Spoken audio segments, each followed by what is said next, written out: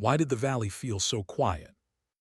Lieutenant Edward Hayes crouched low behind a jagged rock, scanning the dusty horizon through the heat shimmer. The sun over Afghanistan's Korangal Valley was a merciless tyrant, burning skin, cracking lips, turning the landscape into a blinding sea of gold and grit. His scope reflected a patchwork of rooftops from the village below, each shadow long, deceptive. It looked calm, but calm wasn't peace. Not here. 6 days into a reconnaissance mission, he could feel it in his bones. Something was wrong. "Movement, 2 o'clock," whispered Chief Petty Officer Rodriguez. His tone was calm, but his eyes weren't. They were too sharp, too alert. The kind of look a man gets when instinct screams before logic does. Hayes adjusted his rifle, tracing the faint shimmer of motion below. It was subtle, a flicker behind a mud wall, a shadow ducking out of view. "You got eyes on that?" Rodriguez nodded once. "Yeah, one tango, maybe two, armed."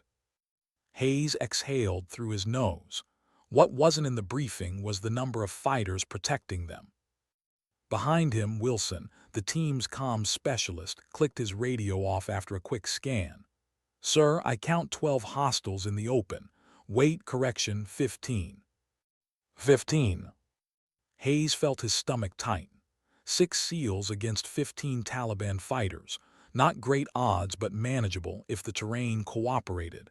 That was the part that bothered him. The valley was narrow, steep on both sides and filled with choke points. If anything went sideways, there'd be nowhere to run. He lifted his radio to his lips. "Command, this is Sidewinder. Target confirmed. Requesting permission to proceed." The reply came instantly, crisp and confident through static. "Sidewinder, this is command. You are clear to engage. Extract package and proceed to extraction point Alpha." Hayes lowered the radio, looked to his team, and gave a single nod. "You heard the lady. Move." The 6 men shifted into motion, silent, efficient. They were ghosts among rock and dust, each footfall measured, every breath controlled. It was the kind of unity that came only from years of shared danger. No one needed to speak, they simply understood. They were 30 meters down the slope when Rodriguez stopped cold. His fist rose in the air, a silent warning. Hayes froze. "What is it?" he mouthed. Rodriguez didn't answer right away. Instead, he pointed toward the north ridge, dust, rising fast, then another plume to the east. Hayes squinted. Vehicles, armed ones. His chest sank. That wasn't part of the intel.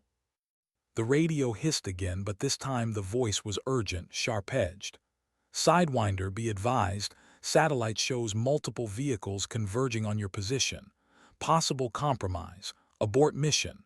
Repeat, abort." Too late. The first gunshot cracked across the valley, a sharp echo that split the silence in two. Then came another and another. Bullets tore into the rocks around them, sending shards of stone whipping through the air. Hayes ducked, cursing under his breath. "We've been burned. Defensive positions."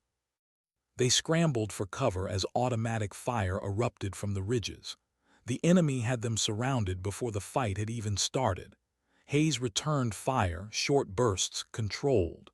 His shots found targets, but for every one that fell, 2 more appeared. Within minutes, the fight went from bad to catastrophic. The valley was alive with smoke, dust, and death. Collins, the team's medic, screamed out as a round tore through his shoulder.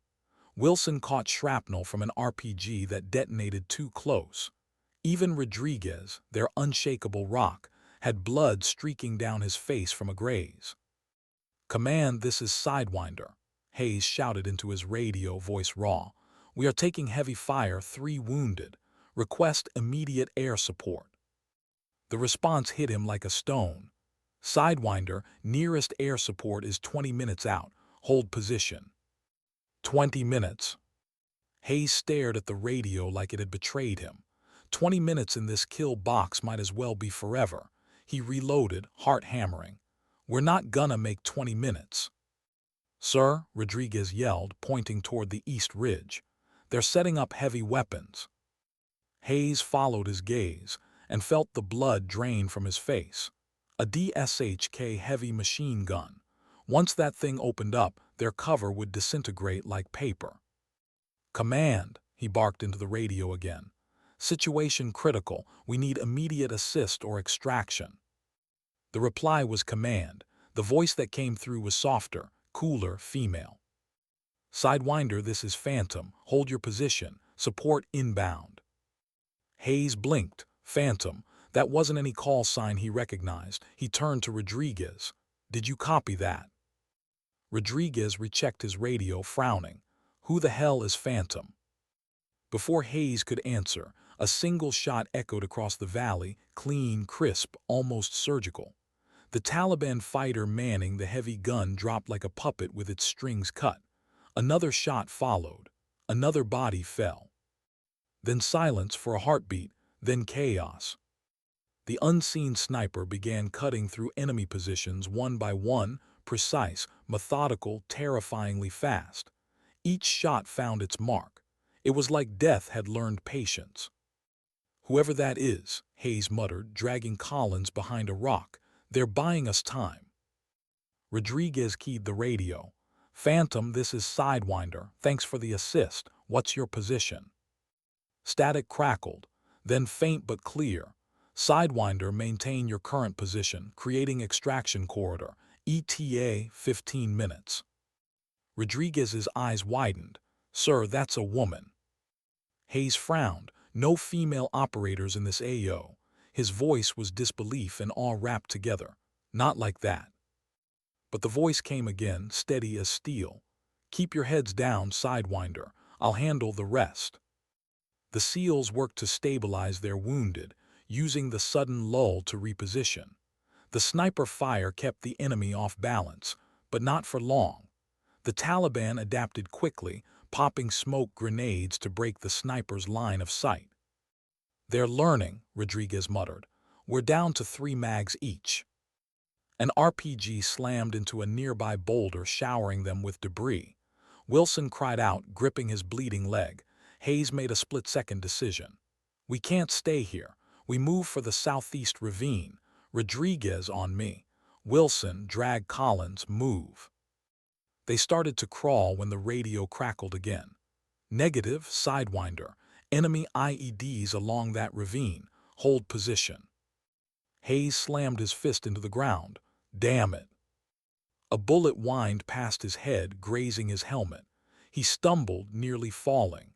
The sound of gunfire intensified again, closer this time. They were being flanked. "Sir," Wilson called, 3 o'clock movement." Hayes turned just in time to see her. A figure was moving fast through the chaos, low, fluid, unstoppable. She weaved through cover with deadly grace, rifle tight to her shoulder. Dust kicked up around her boots, bullets chasing her shadow, but she didn't slow. She didn't even look scared. "Who the hell?" Rodriguez started, but his voice trailed off. The mysterious sniper was coming straight toward them. The auto sniper in her hands was unlike anything Hayes had ever seen, sleek, compact, humming with faint mechanical energy. She fired on the move, dropping 3 hostiles with surgical precision. 2 shots sent her mass, one clean through the eye. Then she was up close, switching seamlessly from rifle to knife. A fluid motion. One thrust, one throw, one brutal takedown. When she finally slid in behind their cover, Hayes could only stare. Her face was streaked with dust and camouflage paint. A shallow cut ran across her cheek. Her breathing was steady, controlled, alive with focus. "Lieutenant Hayes," she said, like they'd met before, "your exfil plan just got complicated." He blinked. "Lieutenant Winters." Lieutenant Kara Ghost Winters. He remembered her, an intelligence officer he'd spoken to briefly at Bagram 3 months ago. She wasn't supposed to be anywhere near the front lines. "Colonel Collins sent me to monitor from distance only," she said, kneeling to check Collins's wound. "But plans change when SEALs get ambushed." "Who authorized?" "Doesn't matter." Her voice was calm. "What matters is you're still breathing. Let's keep it that way." Another explosion rocked the ridge. Mortars this time. The valley shook with thunder. "They've got our range," she said, scanning the horizon. "We've got 10 minutes before this whole area becomes a crater." She unfolded a compact tablet, its digital map flickering in the light. "There's a secondary extraction point here," she pointed, "but we'll need to cross 200 meters of open ground." Rodriguez stared at her. "With 2 wounded, that's suicide." Winters met his gaze. "Not impossible, difficult." She reached into her pack and pulled out 3 canisters, sleek, unfamiliar. "Prototype thermoptic smoke. Blocks both visual and infrared. But I only have 3. Hayes watched her, steady hands, clear eyes. There was something about the way she moved. Confidence, yes, but more than that. Purpose. A quiet defiance of everything the world had told her she couldn't do. "What's your plan, Lieutenant?" he asked. "I draw them west," she said, loading a fresh magazine. "You move the wounded east. We rendezvous at extraction." Hayes shook his head. "That's suicide." She looked at him, her tone a whisper of iron. "Not with this rifle. Trust me. I didn't come all this way to die in this valley." A bullet cracked past her, close enough to slice a strand of her hair. She didn't even blink, just gave a half smile. "Decision time, Lieutenant." Hayes hesitated, then nodded. "Move on my signal." She stood, pulling the pin on the first thermoptic grenade. Smoke blossomed into a thick silver cloud that shimmered like liquid glass under the sun. The enemy shouted in confusion as their vision vanished. Then her rifle sang. 3 rapid shots. Pause, 2 more. A deadly rhythm echoing through the canyon. As Hayes led his men toward the ravine, dragging the wounded, he glanced back once through the swirling haze. He saw her silhouette moving through the smoke, alone against the valley, the hum of her rifle blending with the wind. He couldn't tell if she was fearless or just broken enough to stop caring. But either way, she was saving their lives. And something told him. This wasn't the first time Lieutenant Kara Winters had walked straight into hell to pull someone else out. What drove her to do this? Lieutenant Kara Winters pressed her back against the stone wall, heart pounding but hands steady. The thermoptic smoke shimmered around her like a living veil, silver and translucent, bending the sunlight into strange shapes. She could hear them now, the Taliban fighters shouting in Pashto, disoriented, firing blindly into the haze. Each muzzle flash was a flare of panic. Each step they took drew them closer to her trap. She waited. 3 seconds, 2, 1. Her rifle hummed softly as the scope recalibrated, locking onto heat signatures beyond the smoke. The auto sniper, a prototype built for the Special Projects Division, wasn't just a weapon. It was an extension of her. Every pulse of energy, every breath, synced to her heartbeat. The first shot split the air, a sharp, surgical crack. 1 hostile down. The second came a fraction of a second later, 2. The rifle's recoil was minimal, the rhythm almost hypnotic. Move, fire, breathe, shift. A deadly waltz in dust and silence.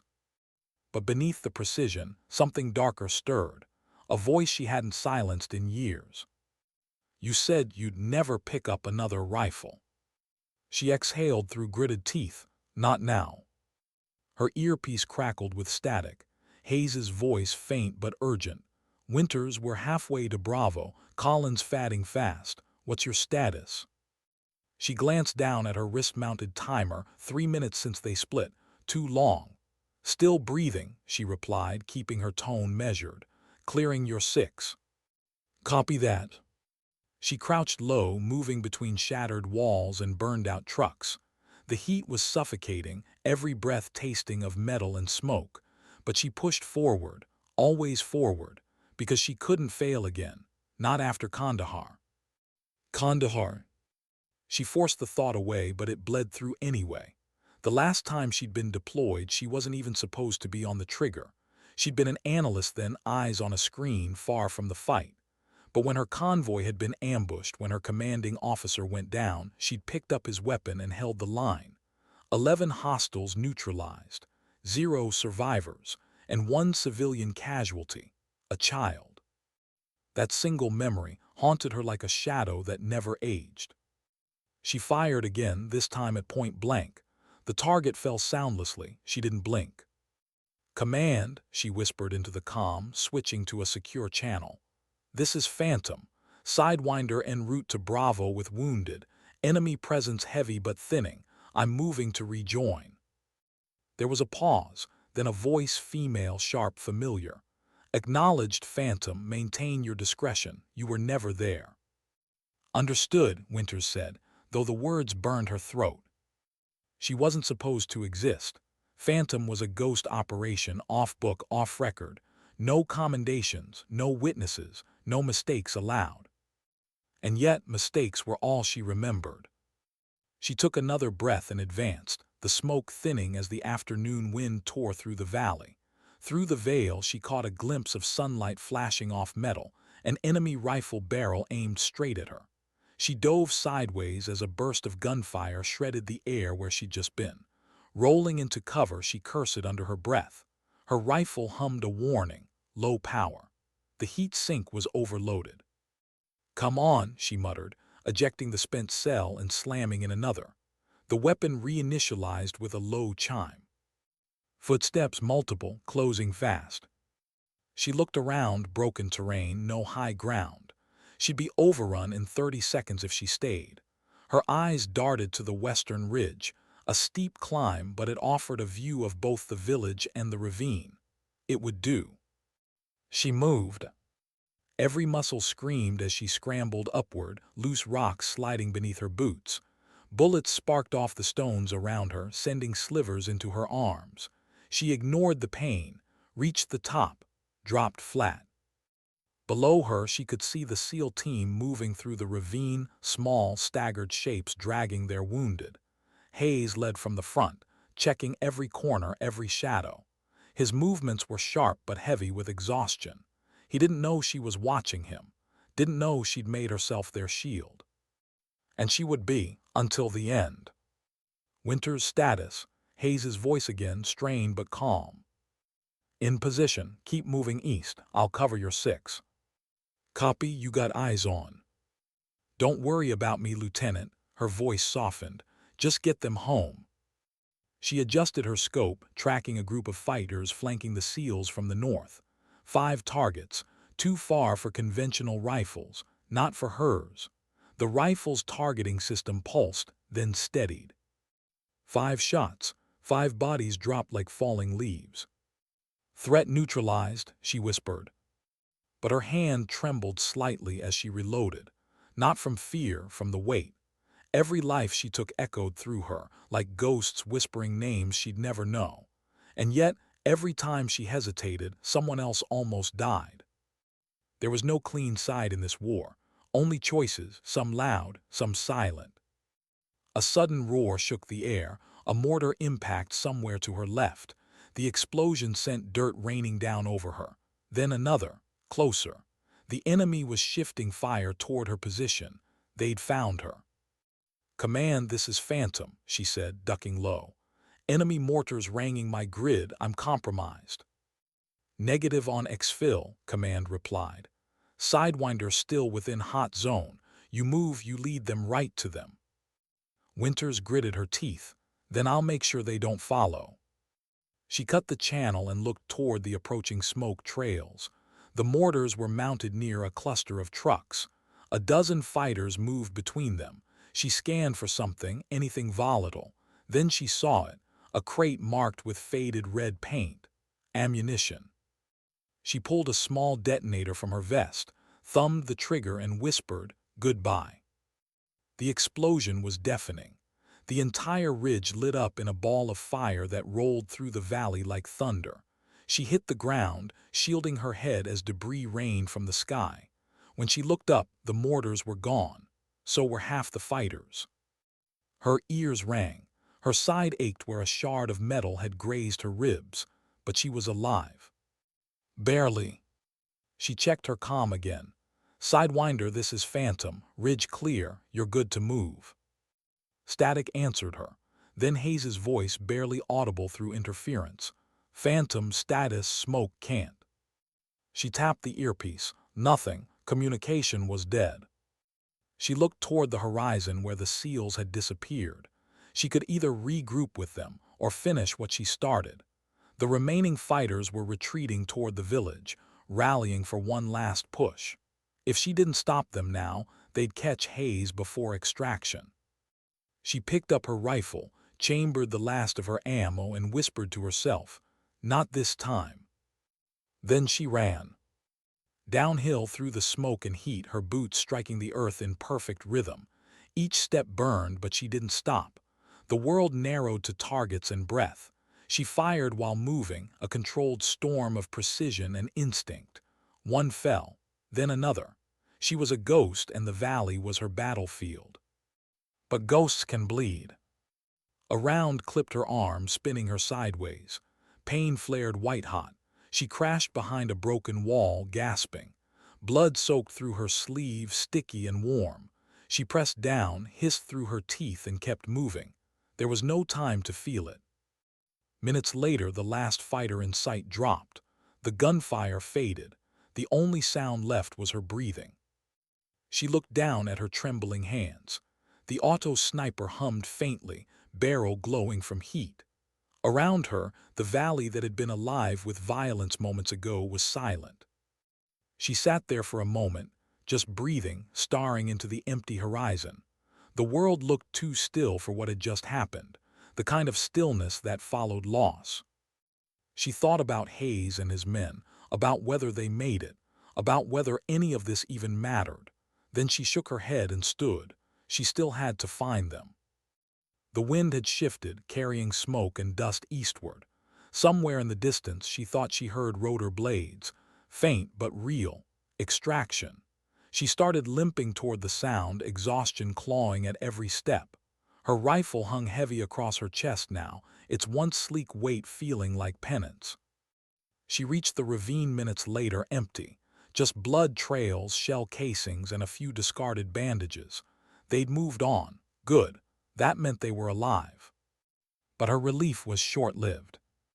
From the corner of her eye she caught movement, a glint of metal, a whisper of breath. She ducked instinctively as a burst of gunfire chewed into the rock beside her. The impact threw her backward. Her head hit stone, stars exploding behind her eyes. Dazed, she rolled, trying to aim. Her vision swam. Shadows moved toward her, 3 of them, laughing. She fired once, missed twice.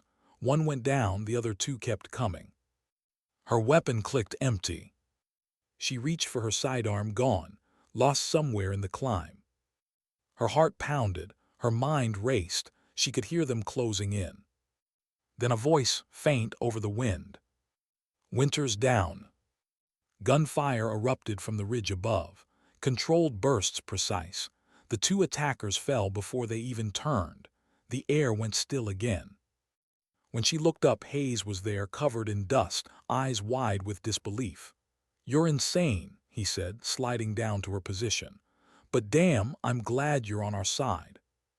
She managed a weak smile. "You're late." He checked her wound quickly. "You're bleeding bad." "I've had worse." He glanced toward the horizon. The sound of helicopter rotors grew louder. "Extraction's inbound. Can you move?" She nodded, though her body screamed otherwise. "Let's finish this." He pulled her up, slinging her arm over his shoulder as they made their way toward the extraction zone. Around them, the valley smoldered, a graveyard of stone and smoke. The air smelled of dust and burned cordite, and yet, through all of it, she felt something she hadn't in a long time. Purpose. As they reached the clearing where the helicopter descended in a cloud of sand, Hayes turned to her. "You saved us, all of us." She shook her head. "No, I just did what needed doing." The wind from the rotors whipped her hair across her face. For a moment, she looked like the phantom she was meant to be, half soldier, half myth. And as they stepped toward the chopper, she looked back one last time at the valley, the place that had almost become her grave, and whispered under her breath, "Never again." But even as she said it, she knew she'd be back, because war had a way of calling those who never stopped hearing its echo. And some ghosts never learned how to stay buried. Was it really over? The rhythmic thump of helicopter blades pounded through the smoke-filled air as the Black Hawk descended into the ravine. The wind whipped up a storm of dust, choking visibility to mere meters. Lieutenant Hayes shielded his eyes and waved the signal flare bright red against the gray haze. The air stank of gunpowder and blood. Every sound, every echo of gunfire, still lingered in his nerves, as if the battle refused to leave them even now. "Go, go," he shouted over the roar, helping Rodriguez lift Collins into the chopper. The medic's face was pale, lips trembling from blood loss, but he was breathing. Barely. Winters stumbled behind them, one arm pressed tightly against her wounded side, the other gripping her rifle. Her uniform was torn, streaked with dried blood and ash. She looked like she'd crawled out of the earth itself. Hayes caught her before she collapsed against the chopper's open ramp. "You're hit," he said, scanning the crimson stain spreading through her vest. "Just a scratch," she lied. The door gunner leaned out. "We gotta move, Lieutenant. Hostiles inbound, 2 clicks out." "Everyone in," Hayes barked. Rodriguez pulled Wilson aboard while the gunner fired suppressive bursts into the ridge line. Hayes turned back to Winters. "You first." She hesitated for a fraction of a second, eyes scanning the valley one last time. The smoke, the silence, the battlefield that had nearly consumed them all. Then she nodded, climbed in, and collapsed onto the cabin floor as Hayes followed, slamming the door shut. "Punch it," he yelled. The Black Hawk lifted, engines howling, slicing through the air like a living thing desperate to flee the past. The ground fell away beneath them, and still, Hayes didn't exhale. He kept watching the ridge, half expecting movement, another ambush, another cruel twist of fate. But there was none. Just the vast emptiness of the Afghan desert spreading endlessly below. Finally, he sank back against the cold steel wall of the chopper, closing his eyes for a moment. Rodriguez was tending to Collins and Wilson while Winters sat across from him, breathing hard, her gaze fixed out the window. The auto sniper rested across her lap like a wounded animal. Its surface flickered faintly, an afterglow of energy from the chaos it had unleashed. Hayes broke the silence first. "Command said you weren't supposed to engage." Winters didn't look at him. Her voice was flat. Command wasn't there. He studied her, really looked at her this time. There was no bravado, no satisfaction, just a quiet resolve. The kind that came from someone who'd made peace with consequences long before the fight began. 3 days later, the hum of rotor blades was replaced by the sterile buzz of hospital lights. Bagram Airfield. Safe territory, but only just. Hayes walked the length of the ward, his boots echoing softly on the linoleum floor. The scent of antiseptic mixed with faint traces of gun oil, a strange, unsettling combination that never let soldiers forget where they'd come from. Collins was asleep in the nearest bed, shoulder bandaged, color returning to his cheeks. Wilson, still pale, gave a half salute when Hayes passed. "How's the hero?" Wilson asked weakly. "Resting," Hayes replied, glancing toward the end of the hall where Winter's curtain was drawn. "You're the heroes. She just gave us a fighting chance." Wilson managed a faint grin. "You sound like you actually like her, sir." Hayes chuckled under his breath. "I'm not sure I know what I sound like anymore." When he reached Winter's bed, she was sitting upright, IV still in her arm, a medical tablet open in front of her. Her left side was wrapped tight, but she looked stable, alert even. She noticed him before he spoke. "Lieutenant Hayes," she said quietly, setting the tablet aside. "You look better without the dust." He smiled faintly. "You don't." That earned a small laugh, a sound he hadn't expected. "Guess I've had better weeks." He pulled a chair over. "They're saying you'll get the Silver Star. Colonel Collins is pushing for it." She looked down, shaking her head. "The mission was classified. There won't be any medals, not for me." Hayes leaned forward. "Then why do it? Why put yourself out there like that? You could have stayed hidden, let air support handle it." She met his gaze, calm and steady. because no one else could have gotten there in time. She hesitated, then looked past him at the window where the mountains framed the horizon in fatting gold. You ever feel like some fights find you, even when you don't want them to? He nodded slowly, more times than I can count. For a long moment, neither of them spoke. The hum of the hospital filled the silence, the quiet aftermath of survival. Then the curtain rustled, and Colonel Eileen Collins stepped in, crisp uniform, sharp presence, every inch a woman who'd seen the worst and expected the best. "Lieutenant Winters," the colonel said, her voice level, "when you've recovered, we'll need to discuss your creative disregard for operational boundaries." Winters straightened despite the pain. "Yes, ma'am." Collins lingered, her expression unreadable.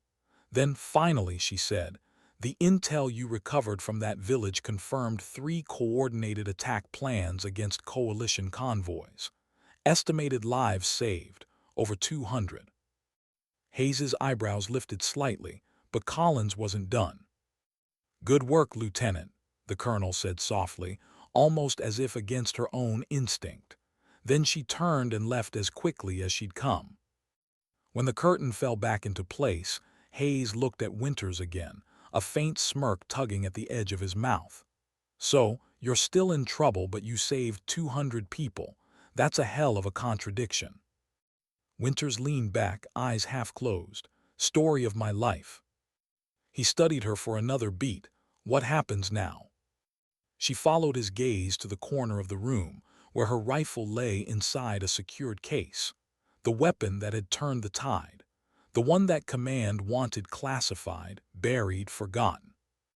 "Now," she said quietly, "we heal, then we go back out there." Hayes frowned. "You don't even know if they'll let you." "Oh, they'll let me," she said, with a calm certainty that sent a chill through him. "Because I don't need permission to do what's right." He almost said something, but stopped. There was no argument to make, not against that kind of conviction. Outside, the wind howled faintly against the metal siding of the ward, carrying the sound of distant aircraft preparing for another mission. The war never really stopped, it just shifted its coordinates. 2 weeks later, the sun rose over Bagram in a thin haze. The base was alive with the steady rhythm of routine, vehicles moving, soldiers briefing, helicopters lifting off in synchronized arcs. The war machine at work. But in the midst of it all, Kara Winters sat alone at a small table in the mess hall, coffee cooling untouched in front of her. She stared at a file, her reassignment orders. Technical advisor, intelligence liaison. Safe, clean, behind a desk again, just where command wanted her. Her reflection in the polished metal of the table looked back at her, dark eyes lined with exhaustion, the faint scar across her cheek still visible. She wondered when it had all started feeling wrong, when saving people had turned into following protocols, when rules had replaced instincts. Across the room, a group of new recruits laughed over breakfast, oblivious to the shadows outside the wire. She envied them in a strange way, their belief that the world still made sense. "Long way from Coringal," a familiar voice said. She turned. Hayes stood there, a slight grin, 2 coffee cups in hand. "Mind if I sit?" She gestured to the chair. "Depends. You bringing bad news or worse coffee?" "Both," he said, setting 1 cup down. "Colonel's redeploying Sidewinder team in 72 hours. Different valley, different fight." "And you came here because—" He shrugged. "Because they told me to leave the classified parts out of my after-action report, which means the best part of the story, the part where a ghost sniper saves 6 idiots in a valley, never happened." She smiled faintly. "That's how it works." "Doesn't mean it's right," he said quietly. "You ever think you deserve to be remembered for what you've done?" She looked at him, eyes distant. "No, I just want it to matter." For a moment, their silence said everything. The unspoken understanding between those who had seen the worst and still chose to step back into it. He leaned back, studying her. "You're coming back out there, aren't you?" She didn't answer directly. Instead, She took a slow sip of the now-cold coffee. "You think I can sit behind a desk after that valley?" Hayes smiled faintly. "Didn't think so." She set the cup down. "You know what the hardest part of that mission was?" He raised an eyebrow. "Getting shot." "No," she said softly, "leaving it behind." Later that night, long after the lights in the barracks had gone dark, she stood on the flight line, the cool desert wind brushing against her face. Her rifle case rested beside her boots. The night sky stretched endlessly overhead, silent, vast, unforgiving. She closed her eyes for a moment, breathing in the quiet. War had taken so much from her. Her time, her peace, pieces of herself she'd never get back. But it had also given her something she couldn't find anywhere else, a purpose carved from fire and loss, and maybe that was enough. In the distance, another helicopter lifted off, its silhouette rising into the darkness. She watched it fade, the sound slowly swallowed by the night. Somewhere another valley waited, another call sign, another fight. And when it came, Lieutenant Kara Ghost Winters would be there. Not for medals, not for recognition, but because sometimes dignity doesn't speak. It simply acts. Why was she being watched? Lieutenant Kara Ghost Winters sat alone in the briefing room, the hum of fluorescent lights filling the silence. A tablet lay on the table before her, its screen glowing with rows of encrypted data. Images, coordinates, satellite overlays of terrain she knew too well. The kind that looked peaceful from above but bled men dry on the ground. A soft click of boots broke the stillness. Colonel Collins entered, posture sharp, voice even sharper. "You're early," she said, setting down a folder. "I wasn't sure you'd show." "Wouldn't miss it," Winters replied, though the tension in her shoulders betrayed her. She hadn't slept much, not since Coringal. Collins took the seat opposite her, crossing her arms. "I read your after-action report. Clean, efficient, emotionally detached, almost too detached." "I wrote what happened." "No," Collins said, leaning forward. "You wrote what command wanted to see." Winters said nothing. Her fingers tightened on the edge of the tablet. Collins studied her for a moment before continuing. "You disobeyed direct orders. You engaged against command protocol. You risked exposure of classified tech. Normally, I'd have you grounded, stripped of field clearance." Winters met her gaze, "But you didn't." "No," the colonel said, sitting back. "Because you saved 6 men, and because command doesn't like the optics of punishing its ghosts." A heavy silence settled between them. The only sound was the faint buzz of the lights overhead. Finally, Collins slid a different folder across the table. "I have a new assignment for you." Winters hesitated before opening it. Inside were reconnaissance photos, blurred images of a mountain facility, half buried under snow and rock. A red circle marked its location. "Where is it?" she asked. "Pakistan border," Collins replied. "Unofficial territory. Rumors say a rogue cell's operating there. Intel suggests they've captured an American operative, someone high value." Winters scanned the photo. The facility looked formidable. No clear entry points, no marked trails, a fortress carved from ice. "What's my role?" "You're embedded with Task Force Halberd," Collins said. "Extraction and intel recovery. Off the record, same as last time." Winters looked up sharply. "So I'm not real again." The colonel's voice softened. "You were never supposed to be." Winters gave a faint, bitter smile. "Convenient." "Necessary," Collins corrected. "Your skill set doesn't belong on paper. It belongs where the rules don't reach." The weight of the words hung heavy between them. Winters didn't reply. She just nodded, closing the folder quietly. When she spoke, her voice was calm but distant. "When do we leave?" 0500, wheels up." As Collins rose to leave, she paused at the door. "One more thing, Lieutenant." Winters looked up. "The man you'll be extracting," Collins said, "was part of your old unit in Kandahar." The name that followed made Winters freeze. Her pulse quickened, the past roaring back like a storm she'd never escaped. "That's impossible," she whispered. Colin's expression didn't change. "He's alive, and he's waiting for you." Then she turned and left. But hours later, the runway stretched endlessly under the moonlight. The cargo plane's engines roared, ready for departure. Winters stood at the ramp, helmet in hand, the cold wind brushing against her face. She stared into the night sky, her mind a storm of memories she'd spent years burying. Kandahar, the convoy, the child. And him, Captain Daniel Reeve. He'd been her commanding officer, the one who taught her how to read the wind, how to fire between heartbeats, how to trust the silence before a shot. The one who told her she was meant for more than the intel desk, and the one who never came back. She thought he'd died that night, thought she'd buried him with the rest of her ghosts. But now he was alive and in enemy hands. "Lieutenant," said a voice behind her, "Hayes." She turned. He was geared up, rifle slung, eyes steady. "Didn't think I'd see you again this soon," he said. "I could say the same," she replied, stepping aside as the crew loaded the last of the crates.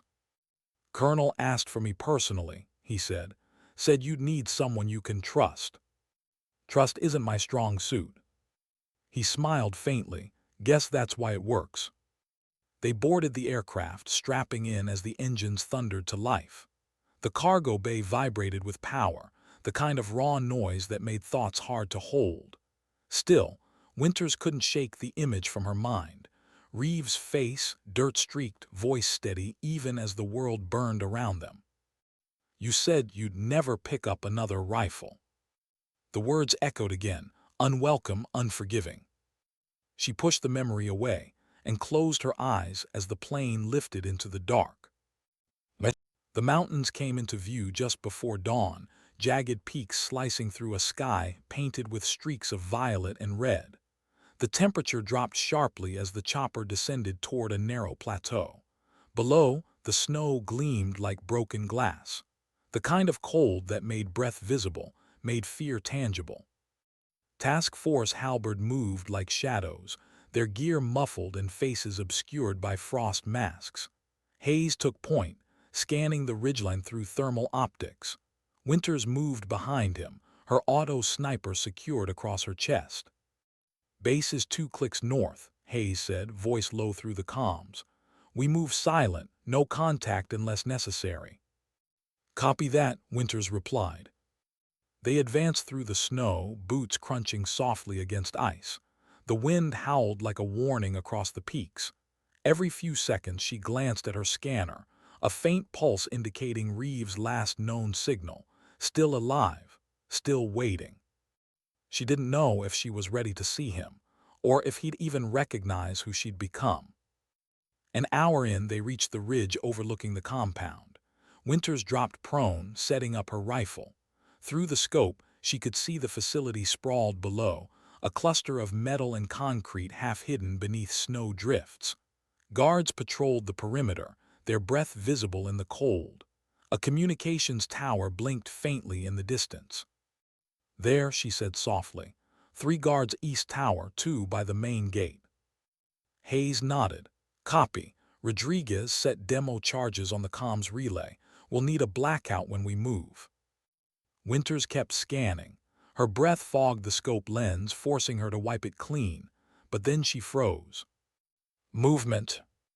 Inside one of the upper windows, a figure in restraints, hands bound, head down. The camera zoom clarified just enough to show his face. Daniel Reeve. Her chest tightened. He was alive but barely, bruised, bloodied, the kind of exhaustion you don't recover from easily. Hayes noticed her silence. "You've got eyes on him." She nodded slowly. "Yeah." "You okay?" Winters didn't answer right away.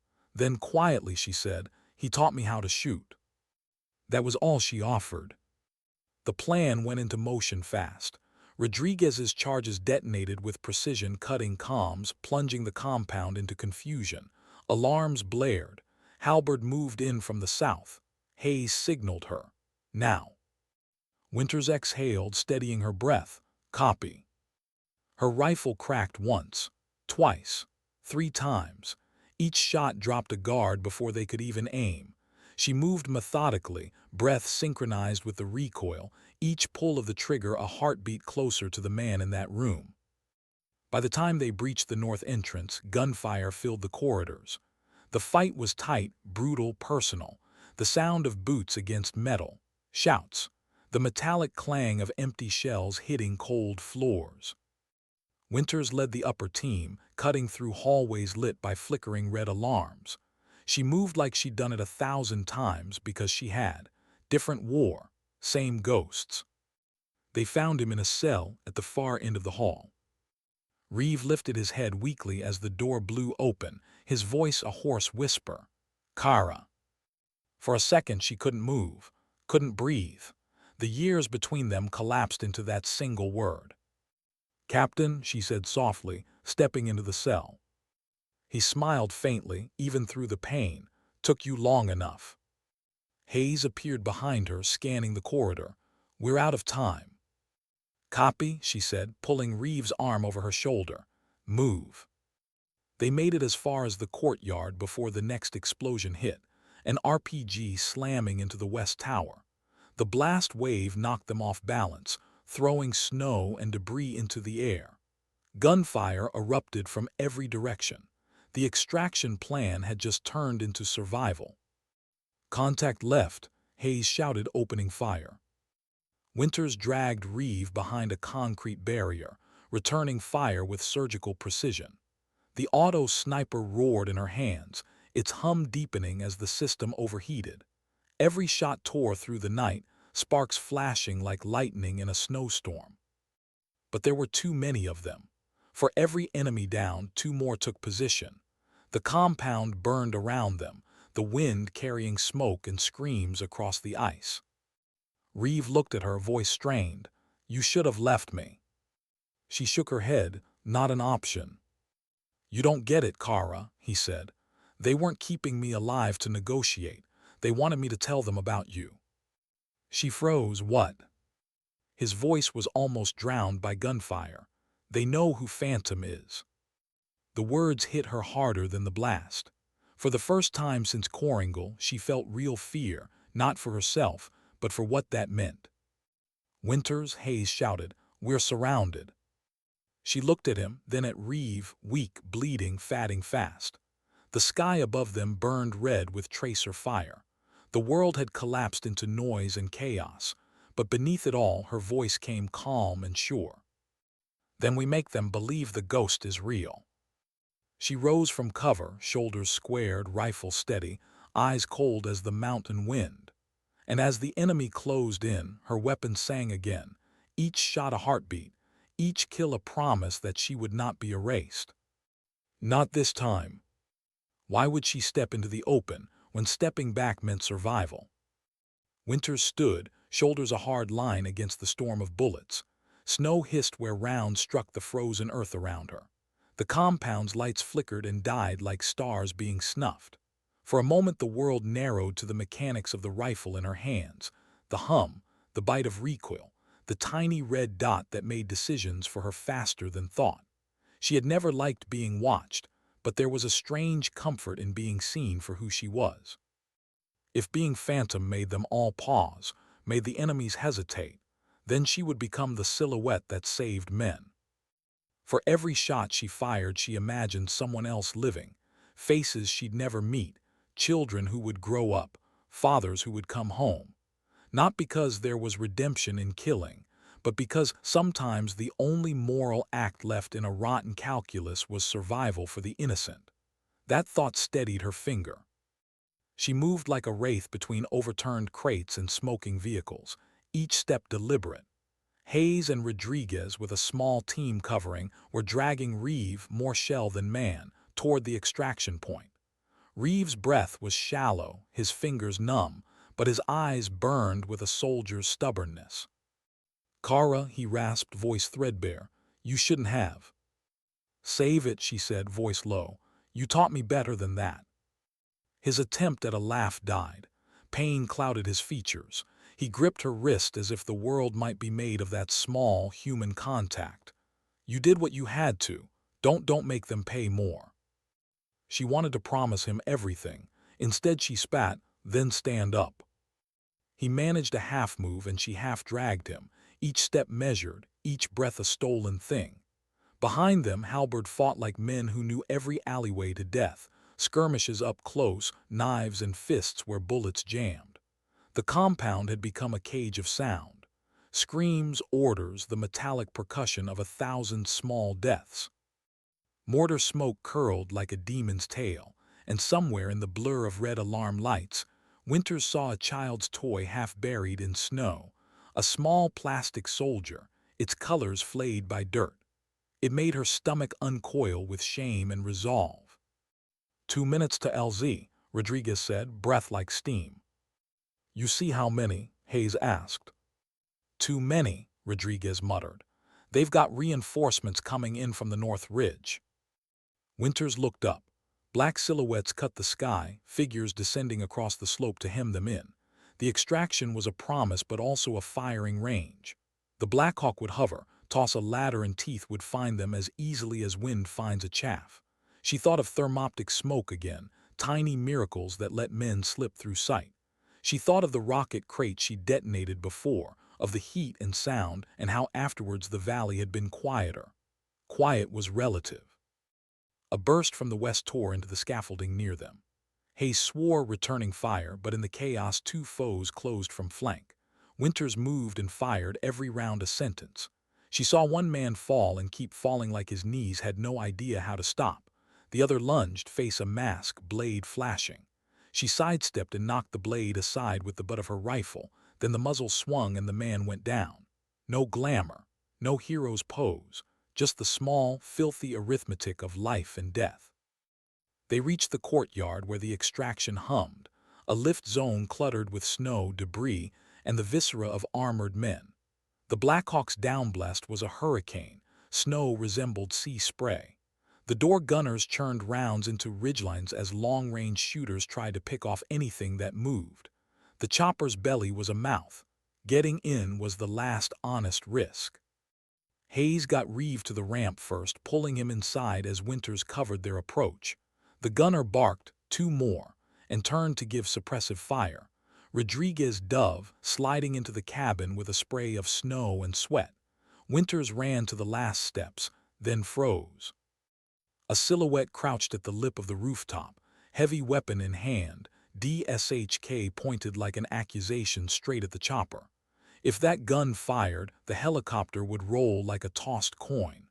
With the chopper already committing to hover in, the window to reach it was minutes, maybe seconds. Her mind cataloged options and found none pleasant. She made a decision that had nothing to do with glory and everything to do with math.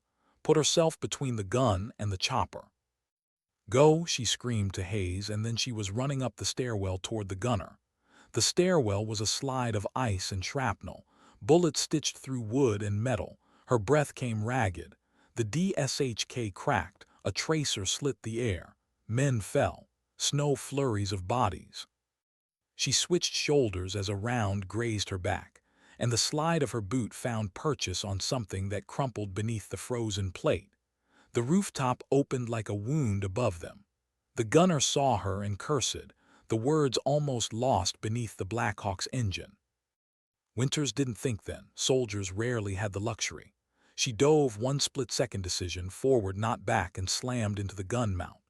The DSHK bucked with a sound like a world breaking. Her hand closed over the barrel, burning hot. Someone shoved at her arm. Someone's weight pinned her hip. The machine fire chewed into the air, into metal, into the very fabric of the moment, but she held on. Didn't aim to fire back. A fool's move, maybe, but a chance. Another push. The gun jarred. Then the mount she'd grabbed snapped with a shriek. Metal tore. The mount swung away and the gun twisted, raising up and fouling to the side. The explosion of misfire sent a pressure wave through her chest. Pain detonated. The world tilted. She saw Hayes' hand reach down and yank her up while the Blackhawk door ate them in a roar of wind and diesel. She felt the cut of metal where the gun had taken her, a clean line of heat down her side. She tasted iron. Reeves' voice was in her ear, hoarse and incredulous. "Kara." She tried to smile and failed beautifully. "Get us out." The chopper lifted faster than she expected. The valley fell away. Voices behind them prayed or cursed in languages she could not always place. The Blackhawk banked hard, and for a moment she thought the world had been put back together in the wrong order. Her ribs sang. Her arm felt a marble of pain. She watched the ridgeline dissolve into the night. Medical hands were on her in seconds, prodding, patching, murmuring professional reassurances into places where reassurance rarely reached. She let it happen. The shock made her lightheaded and sharp at once. She did not cry. She never had in open air. Tears were private commodities. Reeve was strapped onto a cot, oxygen rates high, his breathing steadier but still ragged. He coughed and looked at her with something like bewildered gratitude. "You shouldn't have," he said. "You were on my list," she replied, voice a broken thread. He laughed, then choked on a breath. "Old lists are dangerous." Hayes watched them both, eyes wet with a kind of soldierly relief. "You did it again, Winters." She swallowed. The roof of her mouth tasted of copper and snow. "Did what?" "Made a ghost." She folded inward at the word, like a door beneath a storm. Phantom, ghost, names that had saved men but eroded something inside her. She felt their weight in the hull of the helicopter like ballast. When they landed back at Bagram, the debriefing rooms were bright with fluorescent truth, weary faces, typed reports, the sterile professionalism of men who believed stories could be smoothed with signatures. Colonel Collins met them with that unreadable face. There was a moment where Winters thought punishment might follow. Instead, Collins' eyes lingered on Reeve with something that looked like a memory and then slid to Winters and held. "You did good," Collins said, voice low, "and you did it again without asking us." Winters wanted to say the things that might matter, that the mission saved more than soldiers, that the tech had been used right, that choices were complicated and sometimes ugly and always necessary. But she only shrugged. "We came home."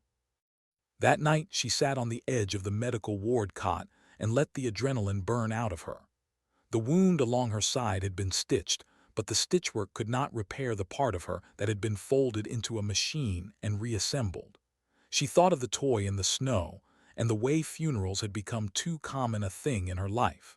She thought of the child from Kandahar who had been the shadow in her conscience. Reeve slept fitfully, every now and then groaning. A hand reflexively clutched to the side where someone had once lighted a cigarette to warm the air. His chest rose and fell like a weather report. She found herself watching him as if he were a map she had to read to remain intact. He had been someone else's compass, once hers, and now the needle spun with their shared history. Morning came slow, bringing with it a memo and a file and the sound of boots that never quite matched the rhythm of sleep. Winters opened the file because she always did. Inside was a document that had been labeled post-action, classified Phantom. It was a compilation of intel and honors and a notation with a box waiting to be checked.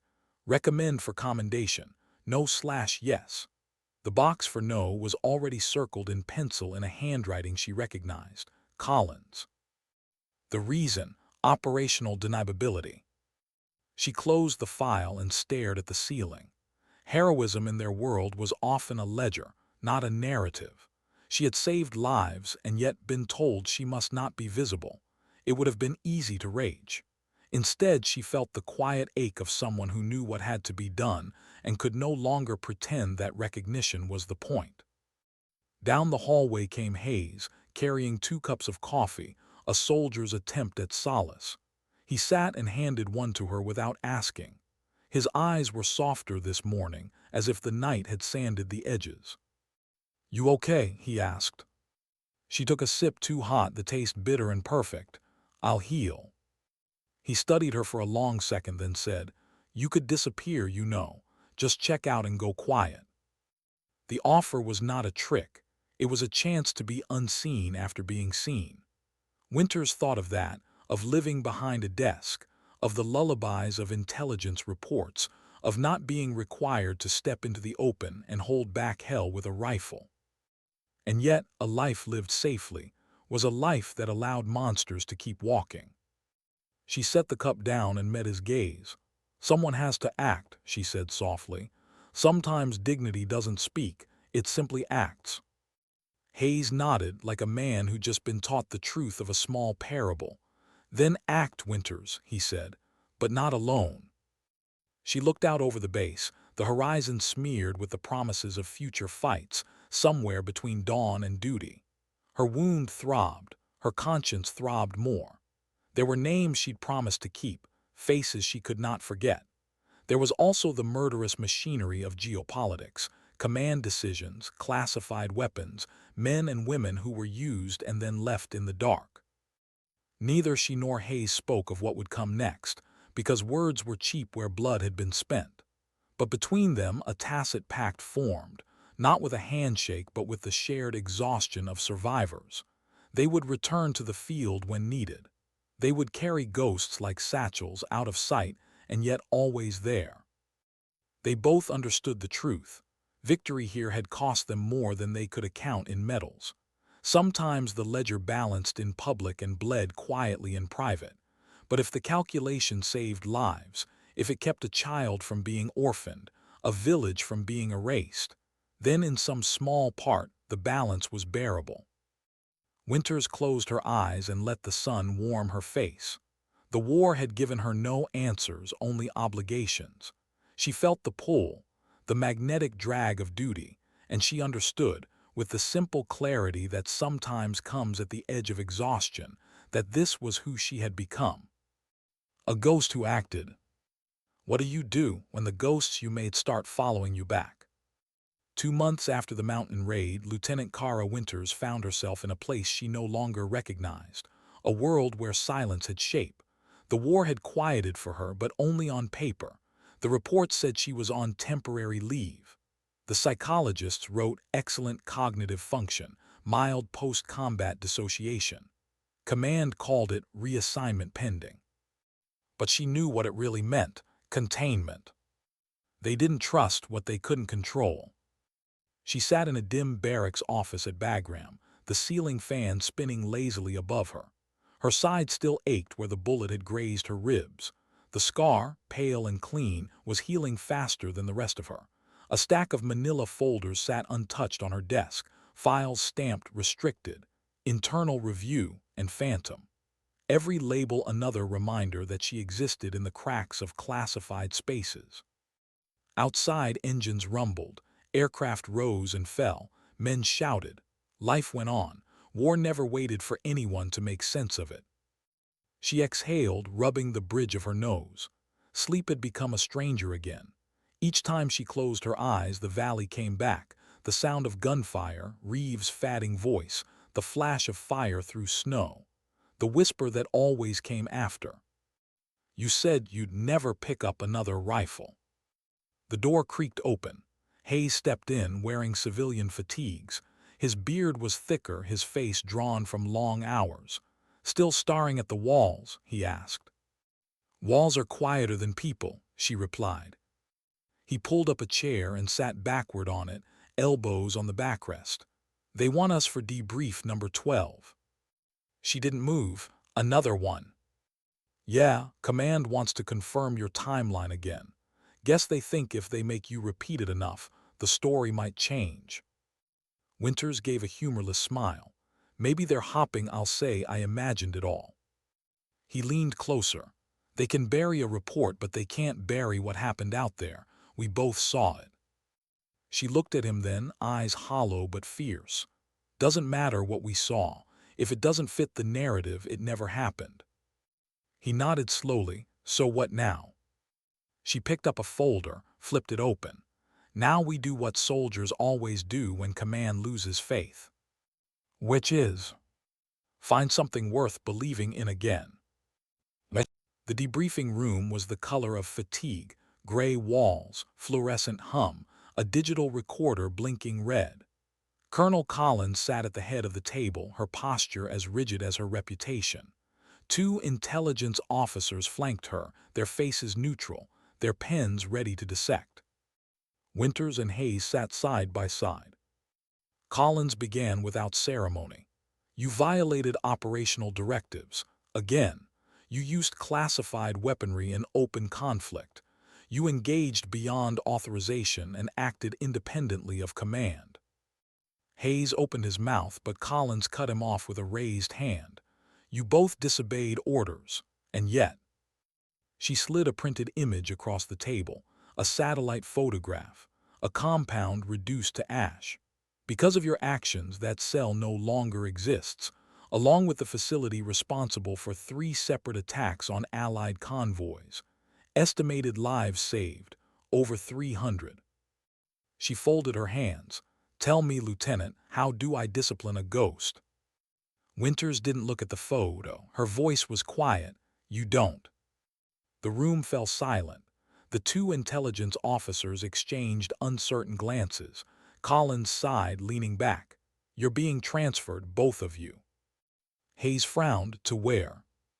"Forward Operations Group, undisclosed sector. You'll report to a new handler. Low visibility, no public record." "Back to the shadows," Winters murmured. Collins met her eyes. "You belong there, Lieutenant. You may not like it, but the world's safer when you're moving in places the rest of us can't see." Winters said nothing. There was nothing left to argue. She understood the paradox too well. She was only valuable when invisible. Night settled over the base like smoke. The hangar lights dimmed one by one, casting long shadows across the tarmac. Winters stood beside an unmarked transport plane, duffel at her feet, rifle case in hand. Hayes joined her, his breath clouding in the cold. "New orders, new ghosts," he said, trying to sound casual. "You ready?" She looked out at the horizon, where distant thunder rolled, somewhere beyond the border. "Does it matter?" He studied her face. "You don't have to keep doing this." "Yes, I do." "Why?" She turned to him. "Because if I stop, the people who don't care about consequences will fill the silence." He nodded.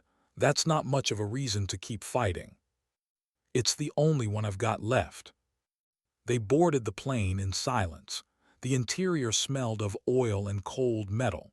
She took a seat near the rear, resting her head against the bulkhead. Hayes sat across from her, expression thoughtful. "You ever think about going home?" he asked quietly. She let out a slow breath. Home stopped feeling like a place a long time ago. He didn't press. Some wounds were private geographies. As the engines roared to life, she closed her eyes. For a moment she could almost imagine it. The sound of rain, a street far away from conflict, a life without the weight of missions and secrets. But even in the dream, something in her reached for the rifle. When the plane lifted into the black sky, she felt gravity slip away, and with it, the illusion of choice. They arrived at a small forward outpost 2 days later, a nameless collection of steel structures half buried in desert rock. The heat hit like a wall the second she stepped off the ramp. Sand, wind, the smell of diesel. A different war, same ghosts. An officer in plain fatigues met them near the hangar. Tall, sunburned, expression unreadable. "You're the transfer team." Hayes nodded. "Task Force Halberd reporting." "Not anymore," the man said, handing them sealed envelopes. "Your designations are now Shadow Unit Echo. Your handler will contact you through encrypted channel only. Until then, you keep your heads down and your rifles clean."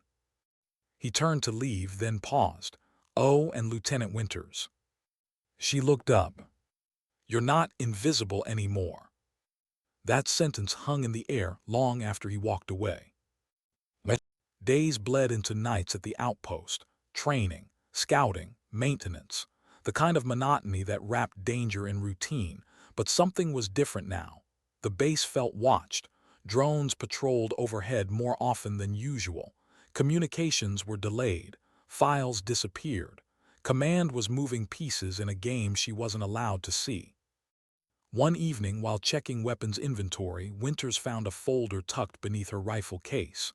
No markings. Inside, a single photo, grainy black and white. A convoy destroyed in an ambush. Dozens dead. The caption read, Korangal Valley, Retaliation Strike. She felt her stomach twist. The Taliban remnants had returned to the same valley she'd bled in, and this time they were hunting the ghost who had haunted them. Hayes entered the armory a minute later, noticing the change in her face. "What is it?" She handed him the photo. He frowned. "When?" "Last week." He exhaled slowly. "They're baiting you." "Maybe," she said, "or maybe command is." He looked up sharply. "You think they'd?" "I think command wants to see if the ghost still obeys." The air between them thickened. Neither spoke for a moment. Finally Hayes said, "What are you going to do?" She loaded a magazine into her rifle, the metallic click echoing like punctuation. "I'm going back." "That's not an order." "It's not supposed to be." "You think you can fix it alone?" She looked at him, voice steady. "No, but maybe I can end it." The next night, she disappeared from the outpost. No paperwork, no authorization, just a trail of footprints in the dust that ended at the hangar and the echo of rotor blades fatting into the horizon. Hayes found the note later, short, written in clean block letters. "Don't follow. If I don't come back, burn the file." He stared at it for a long time, then looked toward the empty sky. "Damn it, Winters." Korangal Valley had changed. The ruins of old outposts littered the landscape like bones half buried in dust. The village she once fought to protect was gone, replaced by scorched earth and twisted metal. The silence was heavier this time, and even the wind carried memory. She moved through it like a phantom reborn, rifle across her back, eyes scanning the horizon. The coordinates from the photo led her to a ridge overlooking the burned convoy. The ground was littered with tire tracks and shell casings. The air still smelled of smoke. She crouched, studying the terrain. Whoever had done this had done it with precision, military precision. Too clean for insurgents, too deliberate. Then she saw it. Embedded in the dirt, half hidden by debris, a bullet casing. Not standard issue, not Taliban, U.S. manufacture. Her pulse slowed, her throat went dry. Someone from command had ordered the strike. She stood, the wind howling around her, the desert stretching infinite. Everything inside her went still. All those missions, all those ghosts, maybe they were the enemy doing after all. Maybe the real phantom had always been higher up. And then from the valley below came the distant sound of engines. Multiple vehicles approaching fast. Winters adjusted her scope, eyes narrowing. The convoy bore American markings. "Not again," she whispered. She raised her rifle, not to fire, but to watch, to understand. The vehicles stopped where the last massacre had happened. Men in unmarked uniforms stepped out. One of them turned toward her ridge, scanning the horizon through binoculars. For a second, their gazes met. And she realized with a cold rush of certainty, they weren't here by accident. They were here for her. The radio at her shoulder crackled to life. "Lieutenant Winters," said a voice she recognized instantly, Colonel Collins. Calm, controlled. "You've gone off mission. I need you to stand down." Her hand tightened on the rifle. "So this is how it is." "Stand down," Collins repeated, the tone colder. "This isn't your fight anymore." "Then whose is it?" Static filled the silence. Winters looked down at the convoy again. Men were spreading out, setting up perimeter. One of them carried a portable jammer, the kind used to block communications before a hit. Her voice dropped to a whisper. "You sent them." No response, only the hum of the wind. She exhaled slowly. "All right," she said, sliding the rifle into position. "Then we do this the hard way." Her finger brushed the trigger, not yet pulling. The air was electric, tense. The desert waited. Somewhere deep inside, she knew this was never about orders or obedience anymore. It was about the simple truth she'd carried through every firefight, every wound, every lie. If no one stood for what was right, then wrong would write the story. The wind whipped her hair across her face. Her eyes narrowed behind the scope. Below, the convoy kept advancing, unaware that the ghost they'd built was no longer theirs to control. And as the first man lifted his rifle toward the ridge, Winters whispered into the calm one last time. "I was never your phantom, I was your mirror." What happens when the war stops being about sides? Through the shimmer of heat rising from Coringal Valley, Lieutenant Kara Winters lay still, her cheek pressed against the rifle's stock. The scope's reflection was the only movement, one ghost's heartbeat glinting in the wide desert. Below her, the unmarked convoy fanned out, soldiers in clean uniforms carrying American weapons, their formation disciplined, deliberate. Not insurgents, not allies, something in between. Her radio crackled again. Collins's voice, low and clipped. "You're in violation of a direct order, Lieutenant. You will cease engagement and surrender your location immediately." Winters smiled without humor. "You're calling me Lieutenant again, that's new. Don't make this harder than it needs to be." "Harder," she whispered. "You sent them to erase me." Static, then quietly, "You were never supposed to come back here." That was all the confirmation she needed. She rolled off the scope, scanning for higher ground. The convoy was spreading like a noose through the valley floor. They were good, too good, a tactical grid closing the ring. She recognized the strategy. It was hers once. Ghost formation, efficient, ruthless. She whispered under her breath, "So that's how it's going to be." Winters checked her ammo, half a magazine and 2 spare cells for the auto sniper. Enough to buy time, not enough to win. But survival wasn't the mission anymore.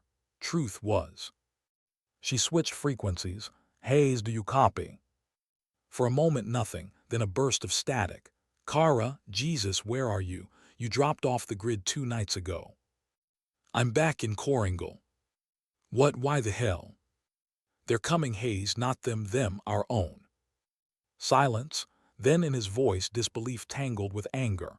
"Command sent a team after you."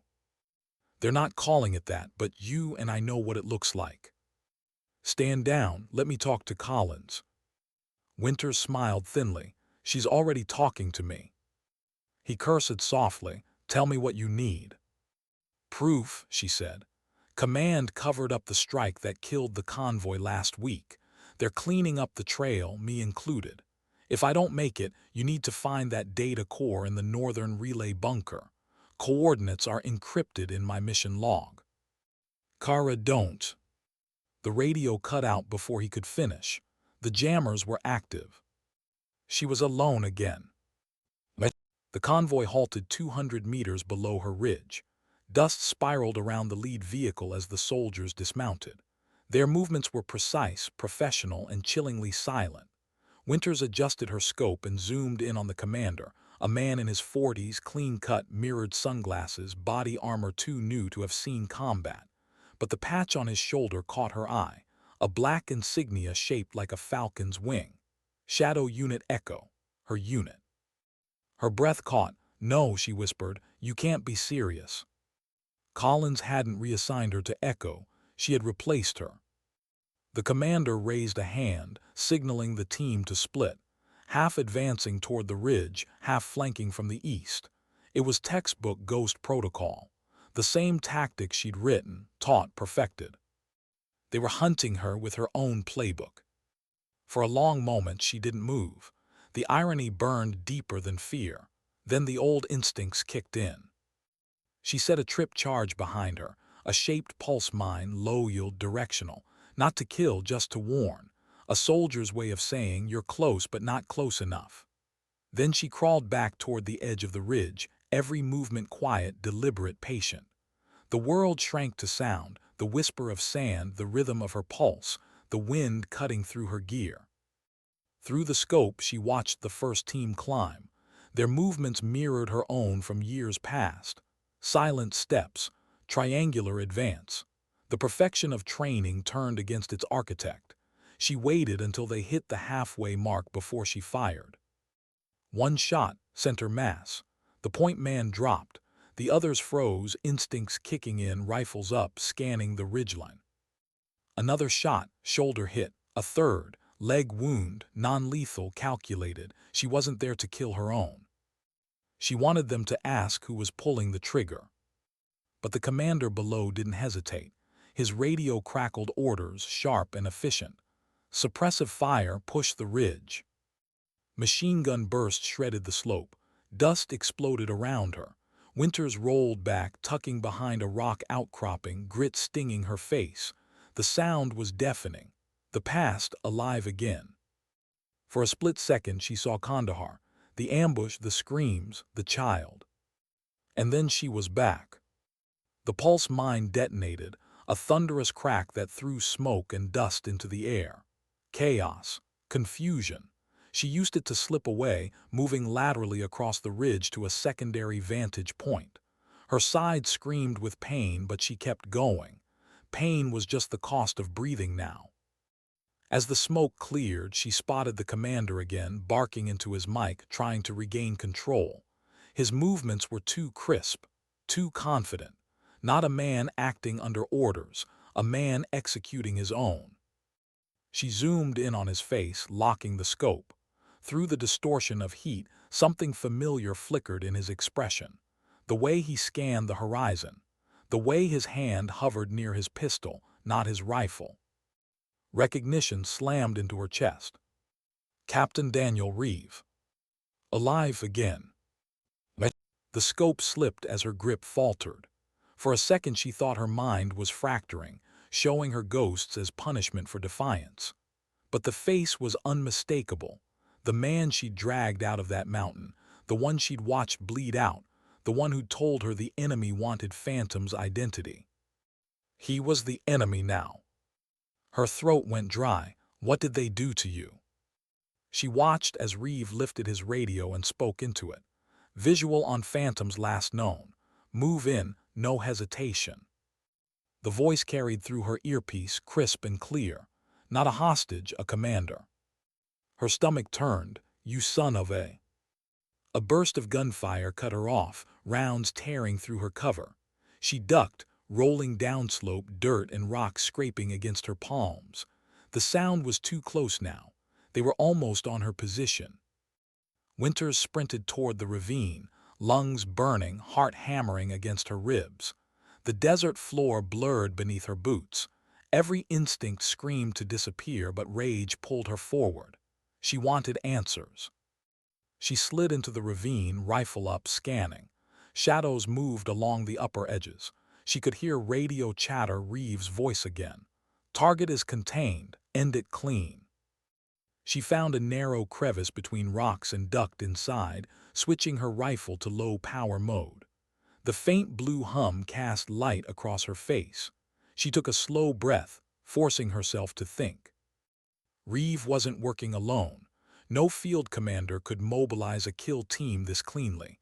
Collins had lied. Command had lied. And if she was right, this wasn't about silencing her report. It was about erasing Phantom as a project, burying every trace, every file, every living witness. And she was the last one. Her fingers brushed over the small data chip sewn into the lining of her glove, the backup core she'd salvaged from the mountain base weeks ago. Proof of everything. It was the reason she was still breathing, the reason they couldn't let her live. The sound of boots echoed above her. Two shadows passed overhead, scanning with flashlights. She held her breath, finger resting lightly on the trigger. One of the beams swept over her hiding spot, paused, then moved on. She waited 10 seconds, 20. The lights faded. Then she moved. Climbing silently out of the ravine, she followed the edge of the ridge until she could see the convoy again. Reeve stood near the lead vehicle, speaking into his comm, unaware she was watching. "You're making a mistake," she whispered to herself, raising the scope. But she didn't fire, not yet. Instead, she keyed her transmitter. One last signal, shortwave burst, encrypted. It was a risk, but Hayes would be listening. He always was. Sidewinder, if you're hearing this, I've confirmed it. Reeve's alive. He's leading Echo. Collins ordered the cleanup. Everything's connected. They're trying to erase the project and me with it. I'll hold position until... A bullet struck the rock beside her face, cutting her message short. She dove, rolling down the slope as a second shot grazed her shoulder. Her comm shattered against the ground, sparks flickering. Pain tore through her arm. She hit the bottom of the ridge hard, gasping, the wind knocked out of her. She looked up and froze. Reeves stood 10 meters away, rifle aimed, eyes cold. The same eyes that once believed in her. For a moment, neither spoke. Then he said almost gently, "You should have stayed dead, Kara." She felt something inside her break, something beyond anger. "You taught me to never run from the truth." His jaw tightened. The truth doesn't matter anymore. It's all that ever mattered. He hesitated just for a breath, and in that breath she moved. The rifle came up fast, almost reflex. 2 shots. One hit the barrel of his weapon, knocking it aside. The second clipped his vest, staggering him. Before she could line up a third, his team opened fire. She ducked behind a burned-out vehicle, bullets shredding metal around her. Sparks lit the dusk like fireflies. The auto sniper hummed, overheating. Her ammo count blinked red, empty. She slammed in her last cell, every motion mechanical, practiced, desperate. Reeves' voice carried over the chaos. "You can't win this, Kara." She shouted back, voice raw, "I'm not trying to win." Then she stood, exposing herself to the open field, and fired again. The rifle barked, its sonic crack rolling across the valley like thunder. Her shots weren't wild, they were precise, controlled, deliberate. Not at them, around them, forcing them back, buying time. She sprinted toward the abandoned comm tower at the far end of the field, the only structure tall enough to transmit beyond the jamming radius. Her body screamed with every step, lungs searing, but she didn't stop. Behind her, gunfire chased her shadow. Reeves shouted, "She's heading for the tower, cut her off." Too late. Winters reached the base of the tower, climbed the metal rungs 2 at a time, pain forgotten. Each breath felt like glass, but she kept going. Reaching the top, she ripped the damaged comm module free and jammed her glove's chip into the port. Lights flickered, systems struggling to connect. Below, Reeves' team was closing in. Muzzle flashes danced like lightning bugs in the dark. "Come on," she whispered, blood dripping from her hand onto the steel grating. "Just one transmission." The terminal blinked once, twice, then green. She hit send. Far across the desert, deep in Bagram's secure server, an alert would appear. A file labeled phantom-proof, encrypted, undeniable. It was done. As the first bullet tore through her shoulder and spun her sideways, she smiled faintly, the wind roaring around her like the ocean she'd never seen again. Below, Reeves shouted something, maybe her name, but the words dissolved in distance. She let herself fall backward, the horizon turning upside down, the sky a pale gold blur. For the first time in years, she felt weightless.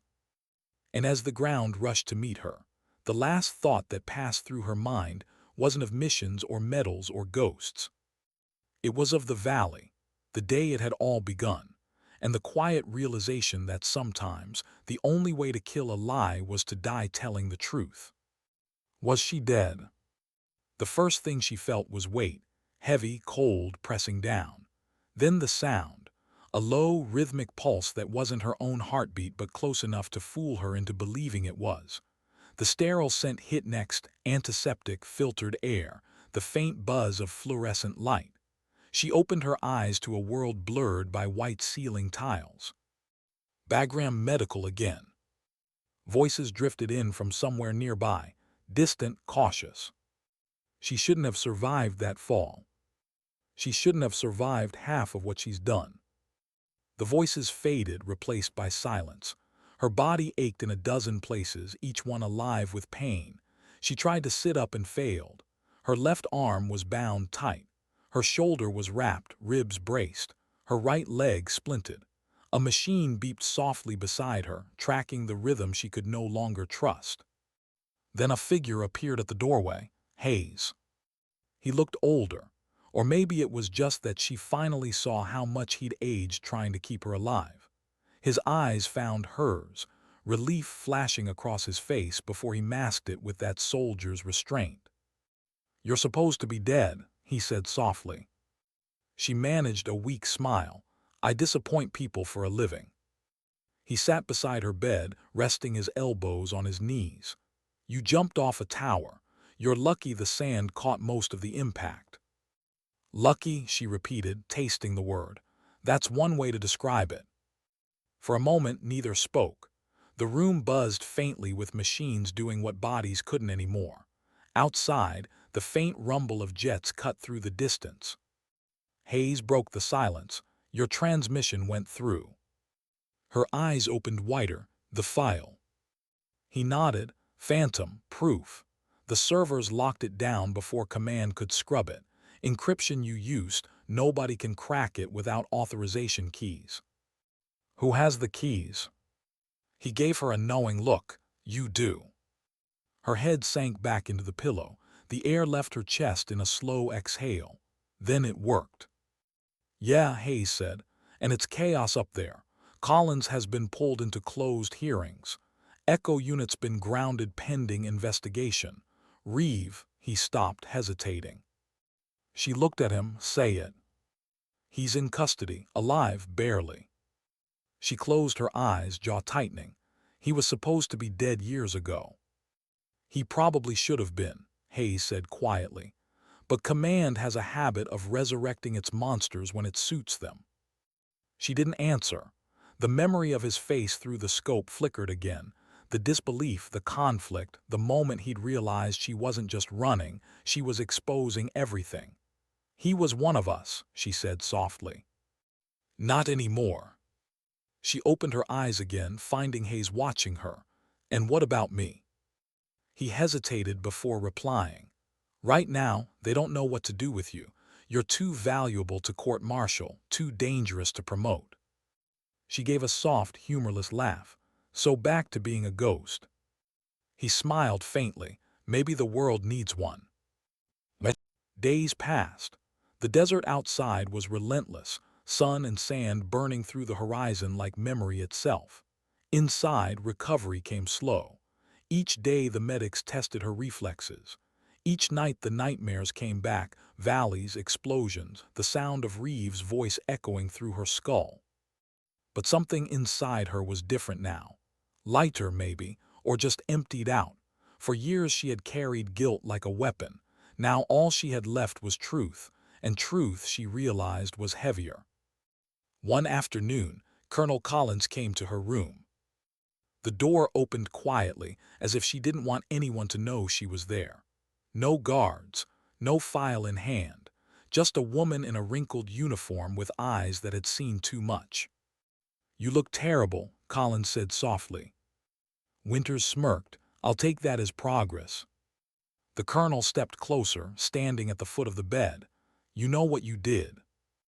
"Define did." "You blew open a sealed operation. You compromised 3 divisions. You exposed a chain of covert funding that's going to take months to clean up." "And you're welcome," Winters said, voice steady. Collins stared at her for a long time. "You don't regret it?" "No," Winters said simply, "because I didn't lie this time." The colonel sighed, sitting in the chair Hayes had occupied the day before. For a moment, she looked less like a superior and more like someone just trying to understand a wound that wouldn't heal. "They're calling it an internal betrayal, but I've read the files you sent. I know the truth. You did what you had to." "Then why do I feel like I lost?" Winters asked. "Because you did," Collins said. "You lost the illusion that the system you served was clean. That's a kind of grief too." Winters turned her face toward the window, where sunlight cut thin bars across the floor. "What happens now?" Collins stood, hands clasped behind her back. "Officially, you're off record. Again. You'll recover, then be transferred to a new location under non-active clearance." "And unofficially?" Collins hesitated. "Unofficially, I think you've earned the right to stop fighting." Winters met her gaze. You don't believe that? The colonel smiled faintly. No, I don't. Before she left, Collins paused in the doorway. For what it's worth, Lieutenant, you were right. The difference between victory and defeat isn't superior firepower. It's the person behind the weapon. Winters said nothing. The colonel nodded once and walked out. Weeks later, the base fell quiet again. Her discharge papers arrived in a sealed envelope. Temporary leave extended. Medical review required. The polite language of erasure. She packed her few belongings, a worn photograph of her first unit, the now-deactivated auto sniper, a letter she never sent. When Hayes found her on the tarmac, the sun was setting, an orange haze bleeding across the desert. He jogged over, breathless, holding something small in his hand. You forgot this. It was a dog tag, bent, scorched. Reeve. She stared at it for a long time before taking it. You shouldn't have kept it. I thought maybe you'd want to decide what to do with it. She turned it over in her palm. The name was barely legible, half melted by shrapnel. He believed in me once, she said softly. He probably still did, Hayes replied, right up until the end. She slipped the tag into her pocket, the metal cool against her skin. Belief can turn into obedience if you stop questioning it. And you never stopped. She smiled faintly. That's why I'm still here. He nodded toward the transport plane waiting a few hundred meters away. Where will you go? Somewhere quiet, somewhere that doesn't echo. You'll be back, he said. You don't know how to stop. She looked out at the endless desert. Maybe, but next time I choose the fight. He reached out his hand. Then choose it wisely, Ghost. She shook it. The grip was firm, warm, human. Goodbye, Hayes. He hesitated, then smiled. It's never really goodbye with people like you. She turned and walked toward the plane. The sand crunched beneath her boots, each step an echo fading into distance. When she reached the ramp, she looked back once, the base shrinking behind her, the sky a thin line of gold. Then she stepped aboard. The world outside the war looked smaller. Cities felt too clean, too unscarred. She rented a small apartment in the hills overlooking the sea. She didn't put her name on the lease, didn't keep photos on the walls, just the sound of waves through the open window and the hum of a life almost ordinary. Sometimes she dreamed of the valley, of fire and smoke and the sound of helicopters like angry gods. But other nights, she dreamed of quiet things. Rain, laughter she didn't recognize, faces of people she'd saved but never met. And sometimes she thought she heard Hayes's voice over the radio. A faint static whisper, maybe memory, maybe warning. She always answered anyway. Still here, she'd murmur, still acting. Then one morning, a package arrived on her doorstep. No name, no sender. Inside, a single envelope marked with a familiar insignia, the falcon's wing, black on white. Echo Unit's mark. Her pulse slowed. She opened it carefully. Inside, a photo. Grainy surveillance of a convoy moving through a new valley. Below it, a single line in handwriting she recognized. You wanted to choose the fight. Here it is. For a long time she just sat there, staring at it. The sun filtered through the window blinds, cutting the image into fragments of light and shadow. She should have felt dread, or anger, or exhaustion. Instead, she felt something else. Purpose. She folded the letter, slid it into her jacket pocket, and stood. The air outside smelled of salt and storm. She looked toward the horizon where the sea met the sky, vast, unknowable, waiting. She whispered to herself, some ghosts aren't meant to disappear, they're meant to haunt the right people. And as she walked down the path toward the waiting world, no music, no applause, just the rhythm of her boots on gravel, the voiceover of her life might have sounded like this.